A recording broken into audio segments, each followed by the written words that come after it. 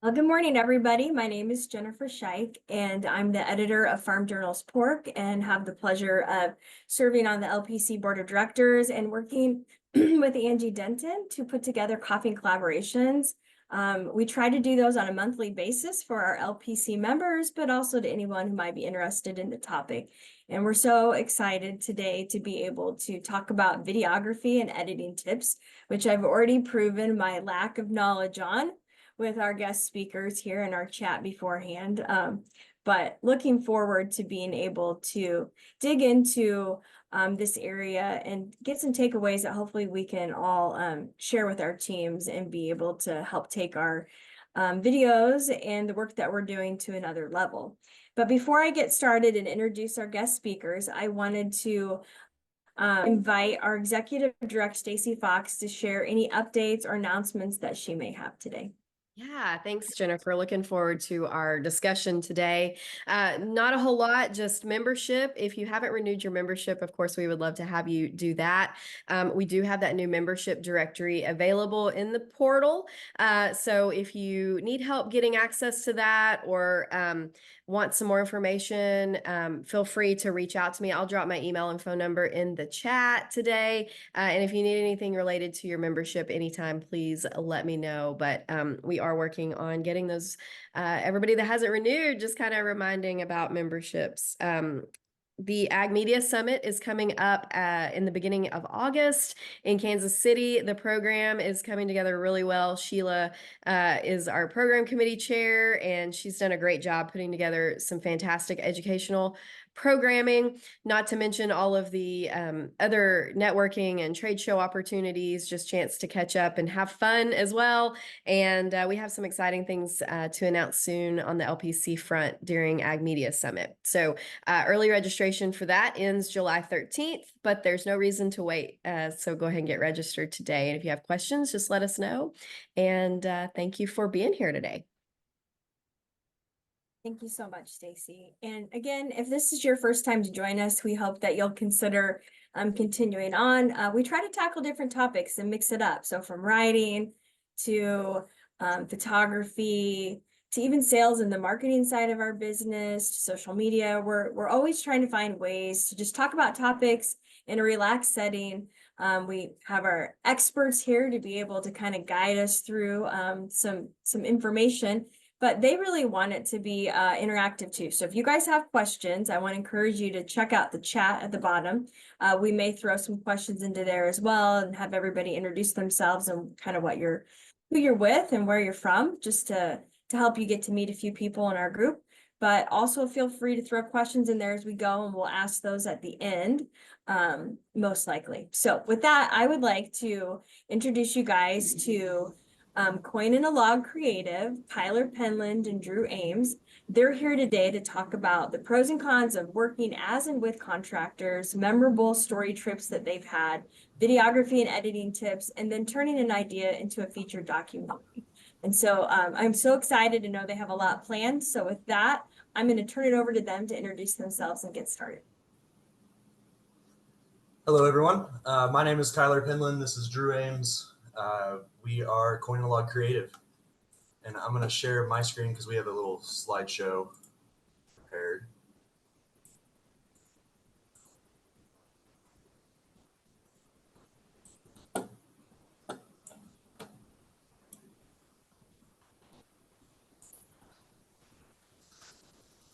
Okay. So Coin and Log Creative started back in 2020. Drew and I have been working together for about 6 or 7 years, contracting back and forth. I would ask him to help me on a project. He would ask me to help him on a project, and we'd invoice each other out. And it got kind of just too messy and too mixed up with who was doing what and who's in charge of what project. So we decided to join forces and start this company in 2020. My background is convergent media and business marketing. I went to Missouri Western State University.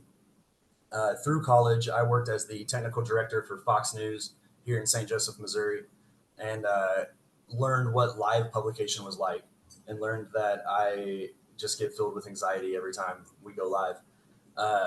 So I started working with the American Angus Association in 2014 as a assistant editor and videographer. I get sent out on trips and get to talk to the ranchers and tell stories, work on the I Am Angus and Angus report, and do all that. I ended up leaving the American Angus Association and went to Seaboard Triumph Foods in 2018, in 2016, and I stopped in 2018 when Drew and I decided that we were going to start working together a little bit more. Drew can speak on his background. Yeah, so I always had an app. I really loved film and video and stuff like that. And we didn't really. I'm from Union Star, Missouri, and we didn't really have a lot of like opportunities for that besides filming some basketball games and stuff like that. There really wasn't anything, and you just didn't really have a lot of money or nothing. So it was just kind of went from there. And so I went to Missouri Western as well. Kyler and I, we had different paths at different times. We're there, and I got my film degree in 2008 finally, and I took a little time off even to do that. And it just wasn't really working out anywhere around here what I wanted, just like I need to try something a little different. And there for a little while, I was like even working in a Radio Shack and stuff. And then I was working at our family farm still. We had raised Angus cattle for years in Union Star. We still have Angus cattle up there. And anyways, Kyler was like, "Hey, I'm playing music at a bar," and Kyler was working there at the time too, part time. And he said, "Hey, I know that you could come work at Angus for a little bit, do some edits for us, and I know you have that degree and you can edit, And I'm like, "Fine." And then so the next thing you know, we started figuring out. We started understanding the ag media industry a little bit more, and I had this understanding that it was just the same thing. It was the same thing as any media, it's just the same thing as a Fox station or a PBS or NPR or something. They're all the same, and so I had to go to, get quick thinking on that and realize that this is a whole bigger world out there that of entities and organizations and companies and stuff that do a really awesome job to get the news out there.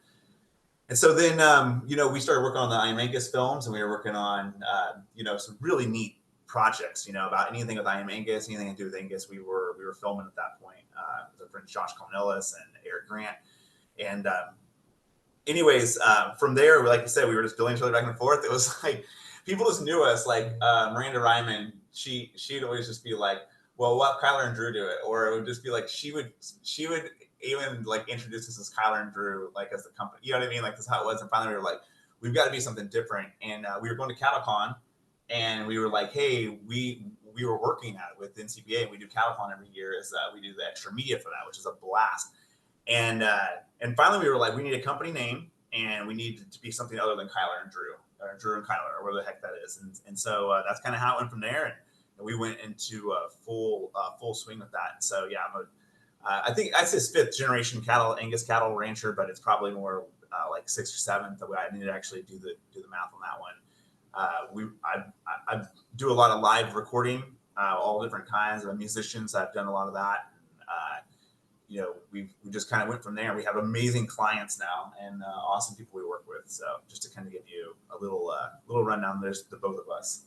And then with our company, Coin and a Log, we have a commercial side where, we have our clients and the customers that we go tell these stories and build social media packages for and do all these things. But we also have a film side where we try to create documentaries and tell amazing stories and get those out to the public through film festivals and reach on distribution deals. And we'll talk about that later. I do want to give you guys an opportunity to see 2 of our documentary trailers right now.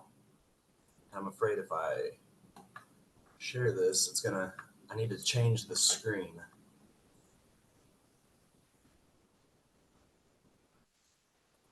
Which is good because there's a YouTube ad. So stop sharing that.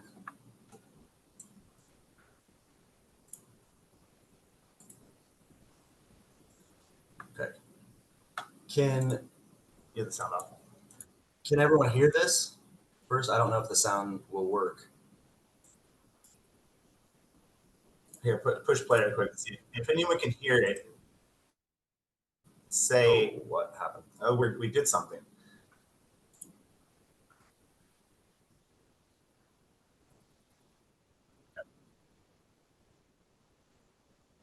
We can't hear anything. Can't hear anything. Here, we can put the links in the chat. That way you guys can watch Yeah. them on your own.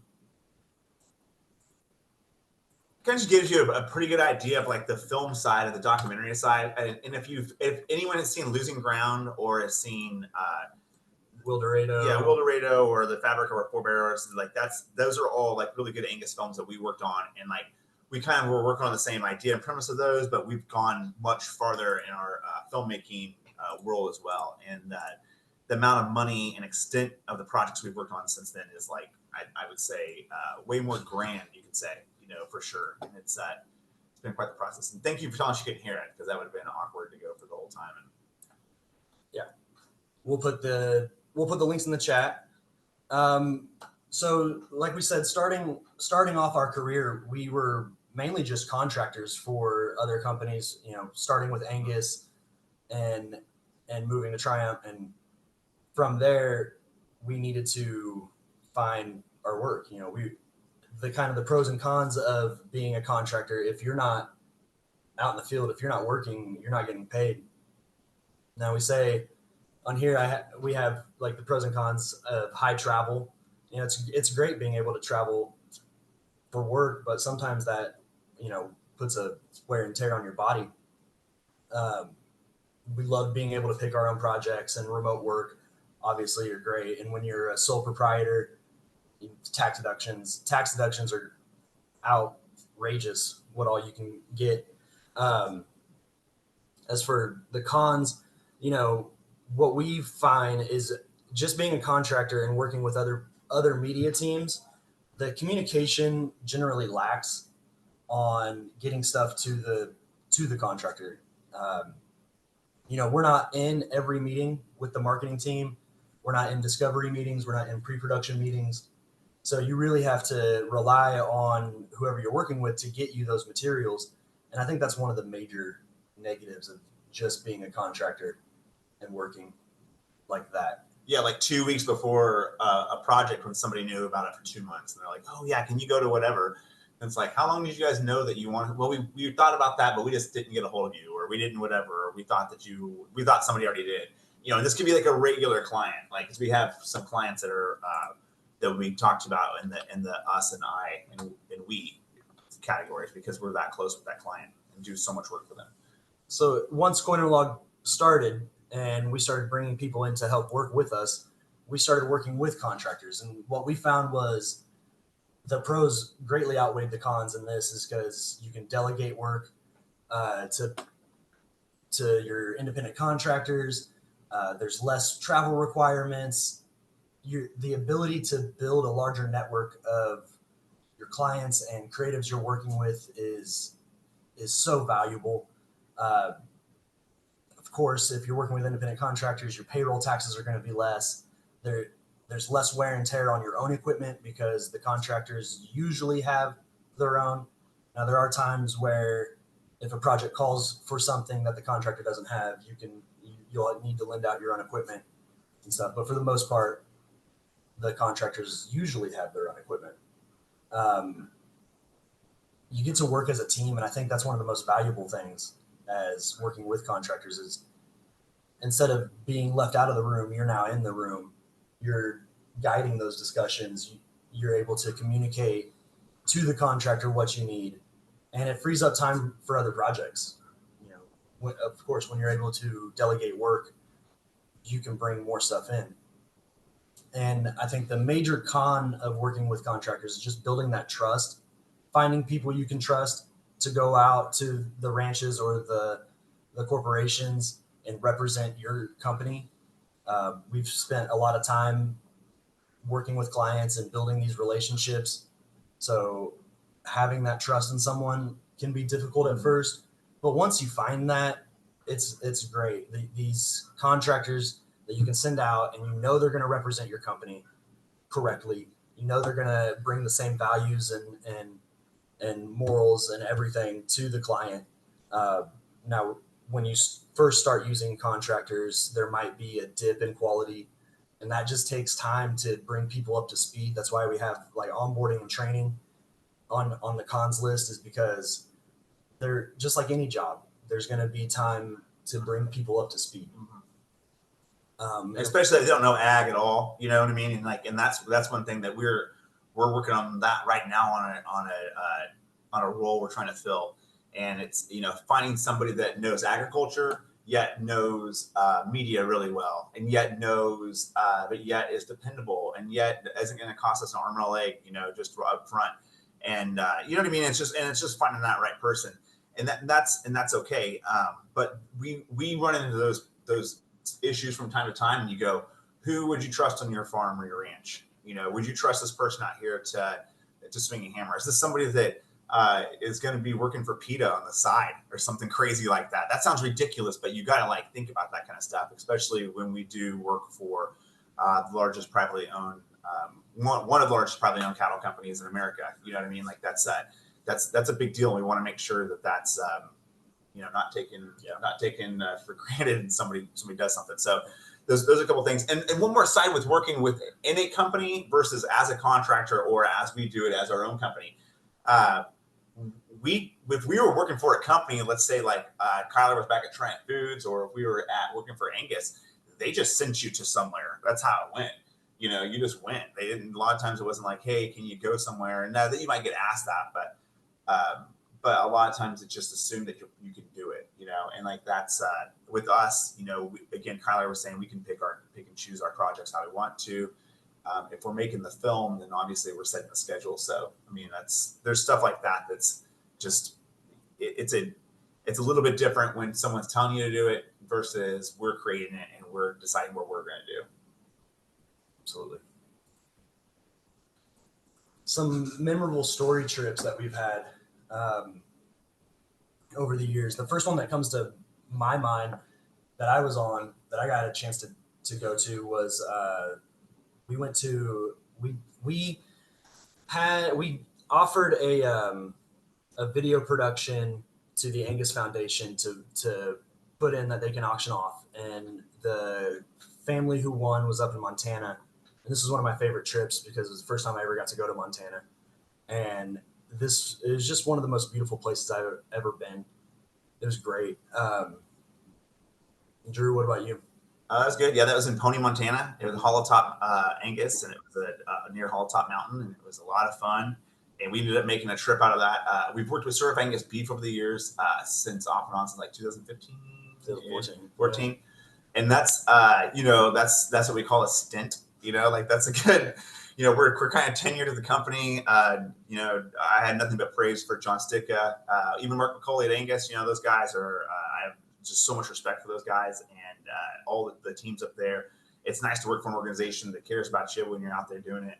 That's for sure. And they've helped us out a lot with connections and places to go. So we went on a whole round trip there to Jordan Valley, Oregon from Montana, and that was a 10-day or a trip, I think is what that was, or maybe a little bit longer. And that was that. And that goes back to you're on the road a little bit. We both have families, and that can be a little tough. But that given, we do try to plan our trips if we can, keep it to a week or below, just so that way. And usually it's 2 or 3 days at a time. But the middle picture up there, that's in North Dakota. We got that with a really long lens, a 400mm lens. I think I snagged that one, or I don't know who got that one. I think I got that one.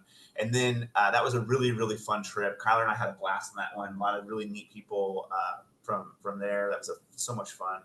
There's this stick. It was Certified Angus beef and Ducks Unlimited. Yeah, Ducks Unlimited with that one too. Yeah, it's a lot of fun. And okay, so to the right of that one is my friend Tony, and he's explaining stuff at a friend Nick's in Miami, and it was a whole mushroom room, and that they were growing edible mushrooms for restaurants. And what's cool about this is the project's called Picked, Prepped, and Eaten, and it's a life of a mushroom is the name of it. It's a documentary we've been working on since we last did Losing Ground with Angus, and we're self-producing this, and it's a lot of fun. And it's about it started out with morel mushrooms, which had just been growing like crazy out here in the Midwest.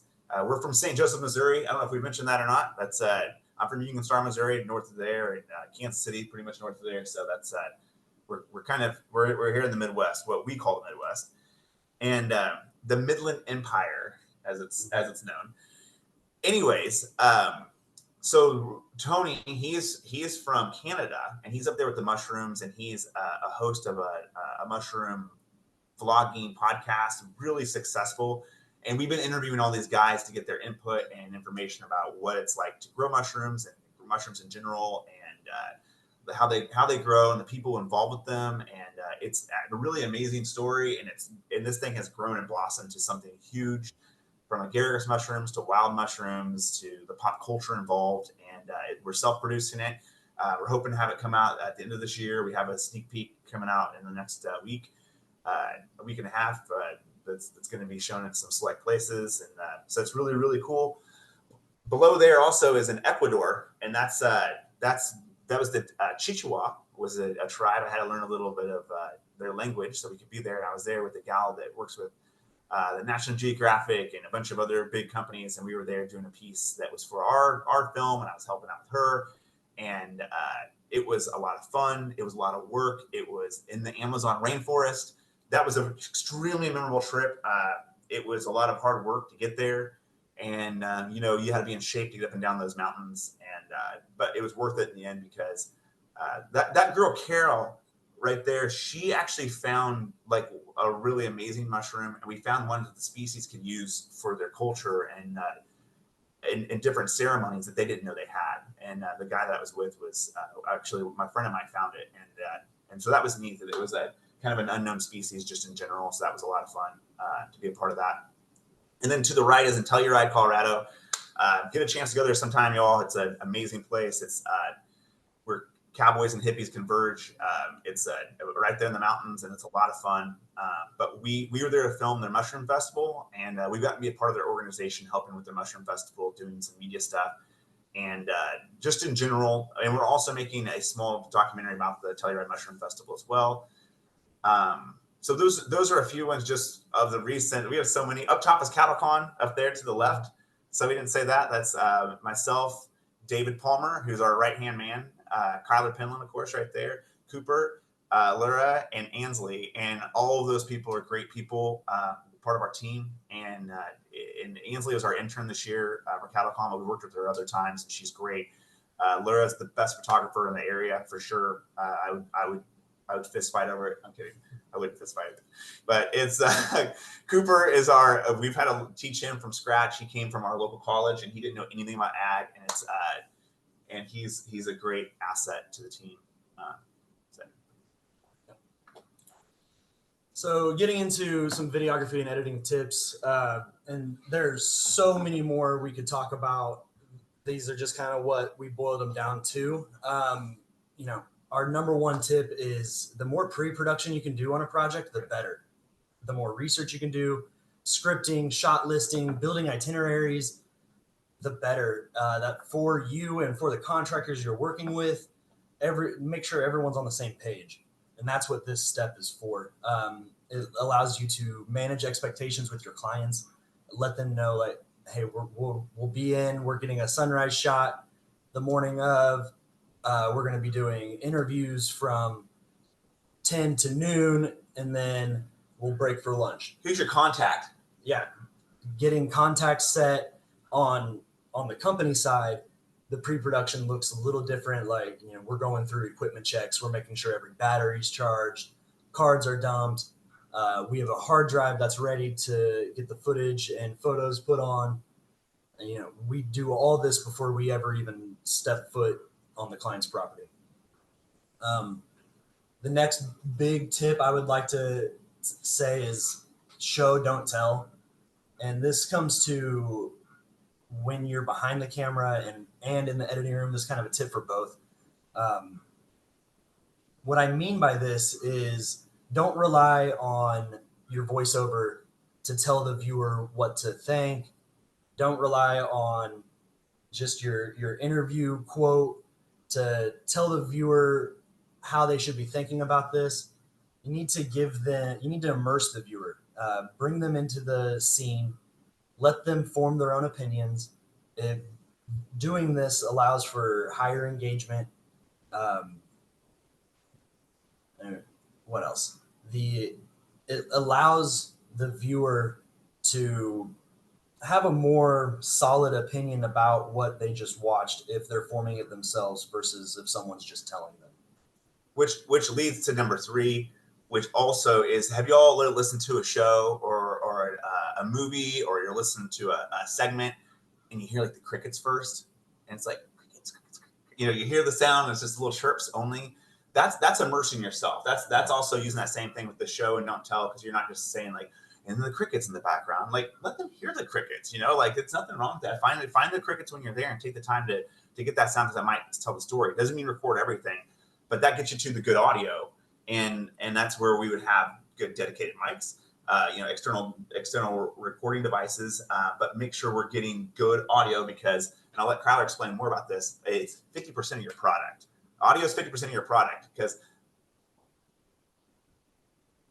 I mean, I'm not that great at that point. You know what I mean? If you can't hear what I'm saying, you know what I'm saying? So if I'm out of here, and even if I go over here now, I'm not talking, I'm not much for being on camera at this point. So now you can just hear my audio. It's not that great even too, because I'm farther away.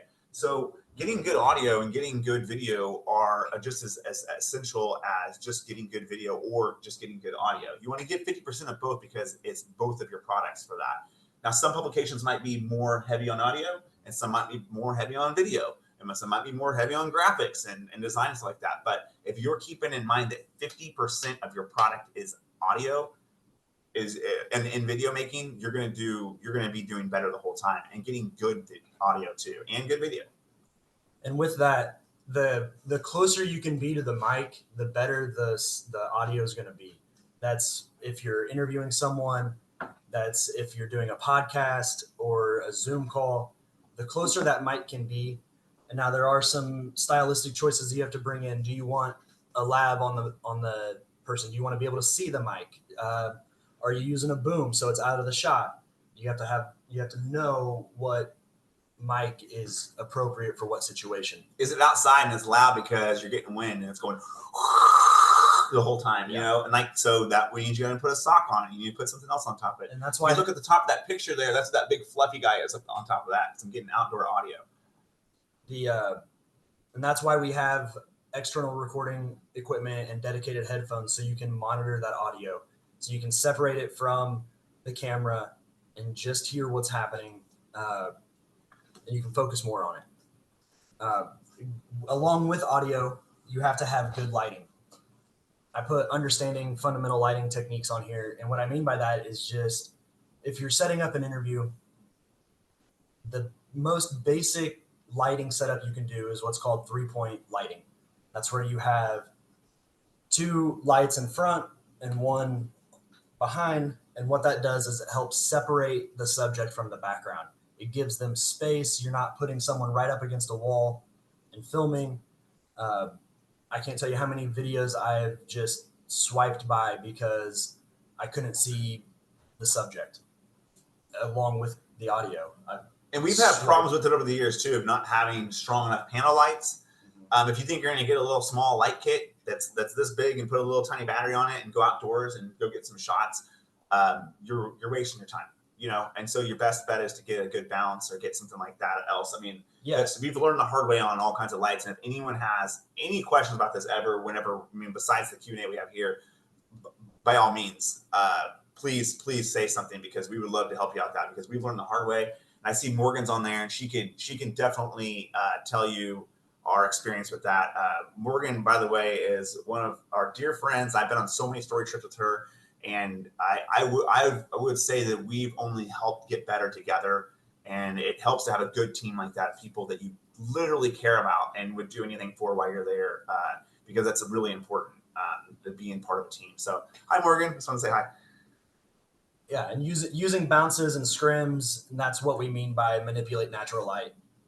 Like Drew said, you're not going to take a little light panel outside and compete with the sun. It's not going to happen. But with a bounce, you can use the sun's light to light your subject and separate it from whatever background you have. Doing all this, you need to have the edit in mind. Knowing what your deliverables are before you get to the video shoot is extremely important. If you're filming a 5-minute piece or a 30-second reel, the production day is going to look different. But if you're shooting to generate a library of content that you can use throughout the year. And you know that some of the deliverables will be 5 minutes, some of the deliverables will be 30-second reels. This is what I mean by building sequences with your shooting. Go in and get a close-up of the subject, get a medium shot of the subject, get a wide shot, get establishing shots of your locations.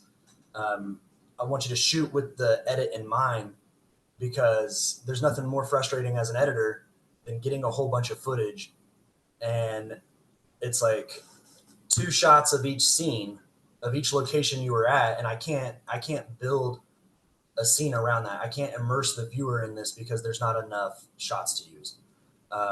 What we mean by safety shots is kind of just that, like you're getting more than you need, because I love the saying, I'd rather have it and not need it than need it and not have it. That's why we do these safety shots. It's why we put what we call 10-second handles on the ends. So when you're shooting, we try to tell, if we're sending a contractor or if we're sending a photographer out and we're like, hey, could you get a couple video shots for something that we need while you're out there? We tell them to put 10-second handles. So that's 10 seconds before the action happens, and then you can have 10 seconds on the end. This clip might be 25 seconds long, but it gives the editor room to work with.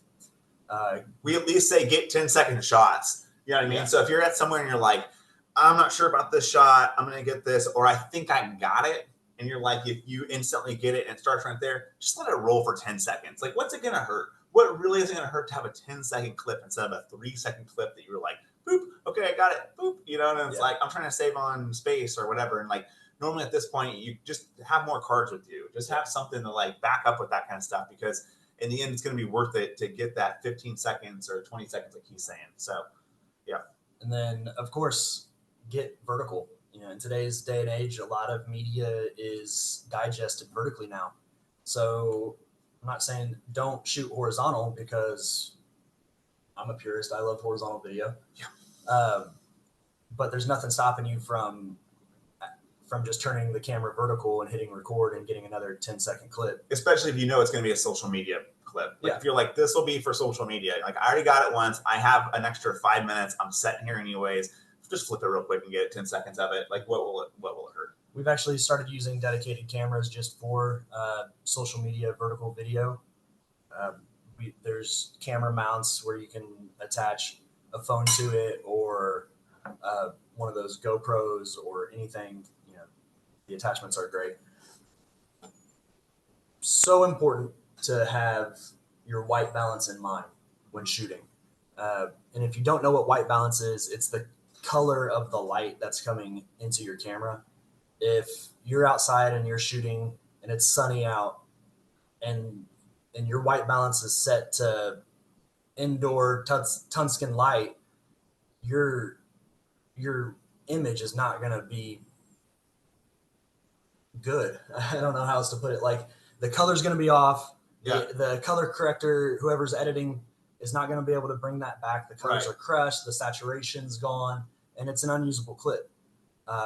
Dialing in that white balance is really important. You could get it to where you could almost just like not be able to get that color right at all. And it could be like a real blue tint to like a blue hue that shows up that you can't get rid of, or the opposite, like a red hue that you can't get rid of, that's like, or a green color. It's just and really, like something's a little bit off, and it's just tough to get. And we've had some issues with some cameras lately, and we've had to go through just in the last week and like do some real diving in to see what was going on. And sure enough, there was just some manual settings that got changed somewhere, and that's just what happens sometimes. So just pay attention to your settings, and just don't always assume it's going to be right the next time you turn it on. And we get to number 6. The whole buffalo. What we say, we utilize the whole buffalo, use the whole animal. When you're filming and you're generating these libraries of content for clients or for your own company, be aware of what you're capturing. Be aware of how it could be used. If you're capturing stuff that is very timely, try to get some stuff that's evergreen, stuff that you can use 6 months down the road.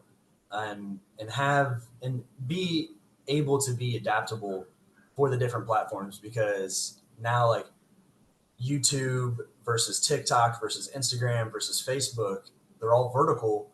But if you want a YouTube short, it's got to be 60 seconds and under. Now, Instagram TV can go up, I think, to 1.5 or 2 minutes or more. And then, so when you're generating this content, like 1.5-minute cut vertical video isn't going to be recognized as a short on YouTube, but it will on Facebook and it will on Instagram. So what I mean by that is it might take a little bit to cut a 30-second or a 60-second spot just for YouTube or TikTok and the other platforms. Just being adaptable is really important in this industry, being able to roll with the punches. For sure. And really quick, one of the things that was a number 5 was avoid unnecessary shakes. How that interview is going right there, that ended up being a 30-minute interview that's, I'm like cringing, almost dying. You can see my face in it. And Cooper and I were there, and she was not supposed to be interviewed at that time. And it just ended up being an impromptu interview. That was shaky. It was a shaky interview. We were out at the Mushroom Festival last year in Telluride, and I'm telling you that was it. So yes, if you, by all means, try to avoid anything you can to do to ground your camera, take a tripod, and if you're ever unsure of using a tripod, use your tripod. And if what comes down to like, I didn't know if I should use my tripod or not, just be like, I probably should use my tripod. So that's it.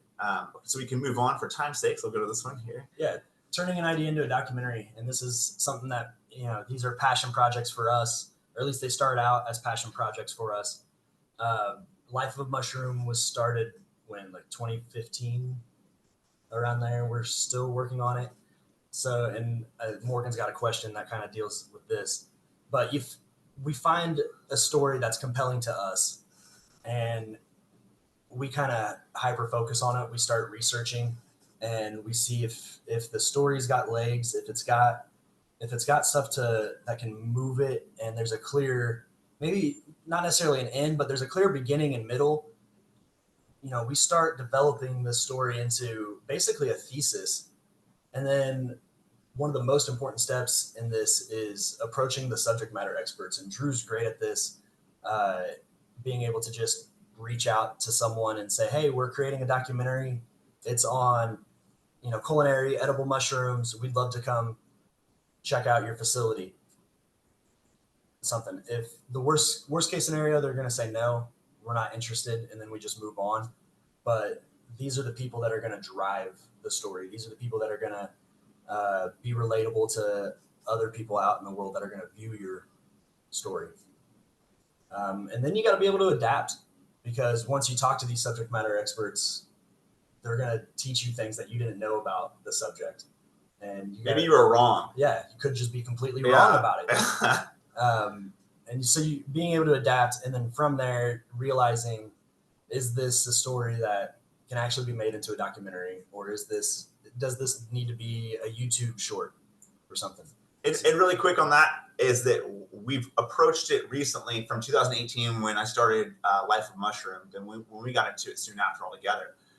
That was a passion piece about me wanting to go in the woods to get morel mushrooms with a friend of mine who was considered the mushroom king of the Midwest. So like that turned into something way bigger than that. Now we know it can make money because we know how to monetize it. But anytime we get approached now about a documentary, if we start something new, it is all about like, well, where's the funding and how are we going to get funded for this? Because we don't have, it's taken a lot of personal money to get where we're at with this on this one. Not like that I'm ashamed of how we did it, or I wouldn't do it the same way, but I would approach it differently now from now on our projects. And we do. It's like, where's the funding at first, and where can we get funding for it? That's one. And I don't know if that's we're going to get on that here more, but that's a big deal for sure. And I think we're at peer reviews. Yeah. From here, you just start the capture and edit process, and then reviews with people people in the industry. You go back to those subject matter experts, show them your cuts. Hey, does this make sense? They're going to want to know how you're using their voice anyways. So let them see it, let them comment on it, let them say, I don't want to be heard like that, or I don't want my quote to be said like that. And you can go back and change them. There's going to be follow-up visits. There's going to be recaptures, new edits. and then we start getting into once you've got a good solid cut, you've got a trailer, you've got some teasers built, you've got some social media content built, then you can start with building this following, sending out the press releases. And once you have the film in a spot where you're confident enough in it, you can send it into the film festivals. And there's a great website called Film Freeway. There's tons of contests out there. They have photography contests, film contests, screenwriting contests, all kinds of stuff. Filmfreeway.com is what we use. And we submit our documentaries through there. And they let us, it's all in there. They let us know if we're accepted, if we're up for an award, if we're being invited. It's all handled right in there. And the film festivals are really detrimental into finding distribution deals, finding the places that are going to put your story on streaming services. Or They're helpful, not detrimental, by the way. They're helpful in that process. Very helpful. Yeah. But that's kind of the process we take in creating a documentary and getting it out there. I think that's really all we have. And then from there also they got to get into streaming services as well. There's different methods of that, and that would go through film agents, other distribution agents, other people that you just know in the industry that can get you on there. And then actually there's some submittal process you can do through there. It's a little bit harder than people might think, but that's also, they want to curtail what's going to be on their thing and who can do what. So your idea is not to ever sell it, especially if you own it. The idea is to distribute it from there on out to different places. So that's for sure. Okay, Morgan had a first question, so I'll go ahead and we'll answer that one. How do you balance your passion projects, like the mushroom documentary and your stockyards documentary, with your contract clients? That's a great question. Most of it has to do with, that's why our films take a back seat at certain times of the year, like right now. And that would be like with Soul, American Stockyard Story, which is a story about the stockyard industry in America, how it's changed and evolved in the last like 175, 150 years. Really strong piece. It's changed a lot, actually. It started out in St. Joe here. And then we kept on kind of moving it from there when St. Joe Stockyards closed. And we focused heavy on ONSY, which is the Oklahoma National Stockyards. And we focused on a lot of other places in the meantime. But while we've been working on it too, last year we had 18 pieces with Certified Angus beef. Mm-hmm. So we had 18 separate pieces we worked on with Certified Angus beef. That's enough to keep you busy, And so our team, we had to just, what takes a break, probably that goes in the back burner. So if somebody's wondering why our films aren't done, because we're trying to get our clients' work done first, and which is important. And then so also with the Foot Cattle Company, which we are extremely proud to work with, they same way. Maybe we'll get something out of the blue, and Scott or Brad or Greg will call us and be like, hold the press, literally, and we'll go and work on it. So how we balance it is we'll make deadlines, and usually if we make a deadline, like right now we have one going on for this next week, and we get stuff done. So that's it. And we were able to do that because we just had that little moment in between. And how you watch our documentaries, you can watch Losing Ground for sure on Amazon Prime. And then you can also, all the rest of our stuff is just in trailer form for Soul, American Stockyard Story. And then same thing with The Life of Mushroom. All of those are coming out this year.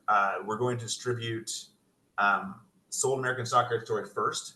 And then we'll, like I said, we have a sneak peek version that's going to be about 20 minutes long of Life of Mushroom happening right now, and that's not going to be able for everyone to see. Unfortunately, we'll figure out a way for some people to see it, but we're going to be using some copyrighted music and stuff like that. It's going to be at a couple of events, and then we have so we won't be able to just put it online. That's our thing with that, and then we have this other one that's about a running documentary here in town, and our local one, and that's a really strong piece just in general, and so there's spinoffs and all those. Like Life of a Mushroom has a 7-piece series tied to it as well, like 7-piece series that will go on to wherever we end up putting on from Amazon or Netflix or Hulu, wherever we haven't decided where we're going to distribute that. And so yeah, it's as of right now, just to watch our company's documentaries, you can only see the trailers. But here the next year, our film side will be extremely active on the distribution side. So that's one thing. Okay, who else has questions? And Morgan, I hope that answered your question. And we do always love being on the ranch with Morgan. I'm serious. She's our buddy, and it's nice to have people that'll keep you safe. and I know that she's always got my back. And it's nice to have someone, even with when you're so far from home, to have some people that you know that have your back and are going to check to make sure you're okay, and can tell if you're sick, and can tell if you're, just being tired. You know what I mean? Like it's one of those ones. It's nice to have that person who's there. And Morgan's always been that kind of person for us. So thank you, Morgan, for your question. Who else has got questions? And the links I just posted are the 3 documentary web pages that we have active right now. And there's newsletters you can sign up for that'll keep you informed as to when different things are happening.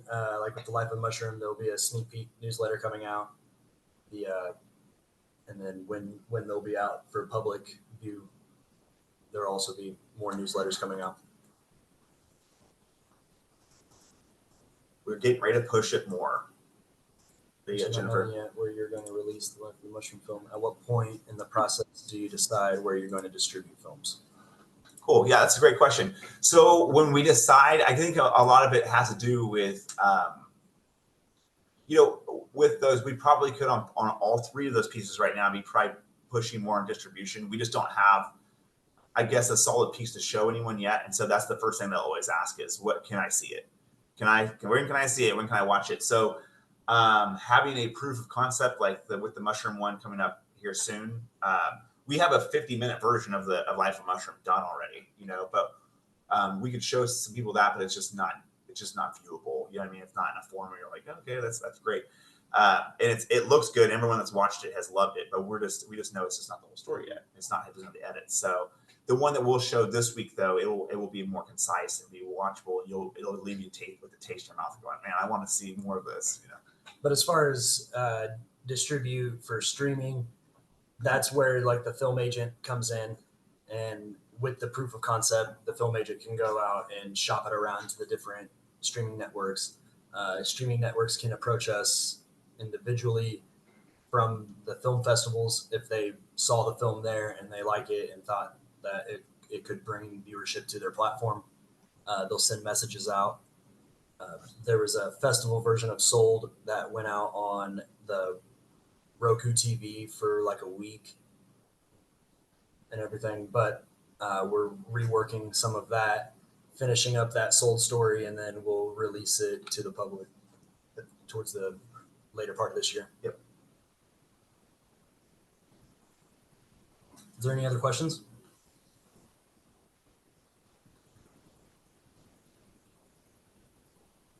Right. Well, if you guys have any questions, I know that they would be happy to answer them down the road too by email. They've been very responsive. And again, I just want to say thank you guys for taking time. I know you're busy and everybody's schedules are tight, so we understand like this took time to prepare, and appreciate the presentation was excellent. And I look forward to sharing this with some of our members who are not able to attend. And we'll have a story out in our next newsletter as well with a few tips from your presentation today, but also links for how they can go watch more. So again, thank you guys so much for being here, and we look forward to visiting with you next month, and we'll have more information available out online and in our newsletter soon. Hey, Jennifer, on there really quick, we had one more question, I think is what it was. It said, can we pitch ideas without Immediate funding. And yes, absolutely. Like every single idea that we've worked on has no funding to begin with, and ideas are in your brain all the time, guys, and they're just what you want to make of them. You know what I mean? So if you have a great idea sometime, the best thing for you to do is to flesh it out and to sit there and go, hey, what's the best way for me to tell this story? Maybe you have a documentary idea that's really great, but after you sit there for 5 or 10 minutes and go through it, or do some research, you probably figure out that maybe it's already out there. Maybe there's somebody that's already worked on it. Or where could I get funding for this? And that's the main thing. So we always say, just write them down and start coming with the ideas, because I have tons of ideas like about how would you make them work? You know what I mean? So yeah, I have an idea right now to make a butterfly documentary. Like what? You know what I mean? That's kind of crazy, but at the same time, it's like that's how to make it. I haven't flushed it out yet, so I just know that'd be fun to follow butterflies and get cool shots of them. So, anyways, that's that type of stuff. So yes, thank you for asking that question.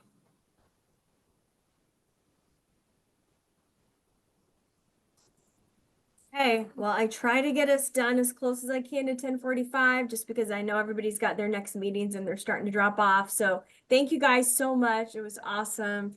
And we look forward to staying in touch and seeing more come out from you as well.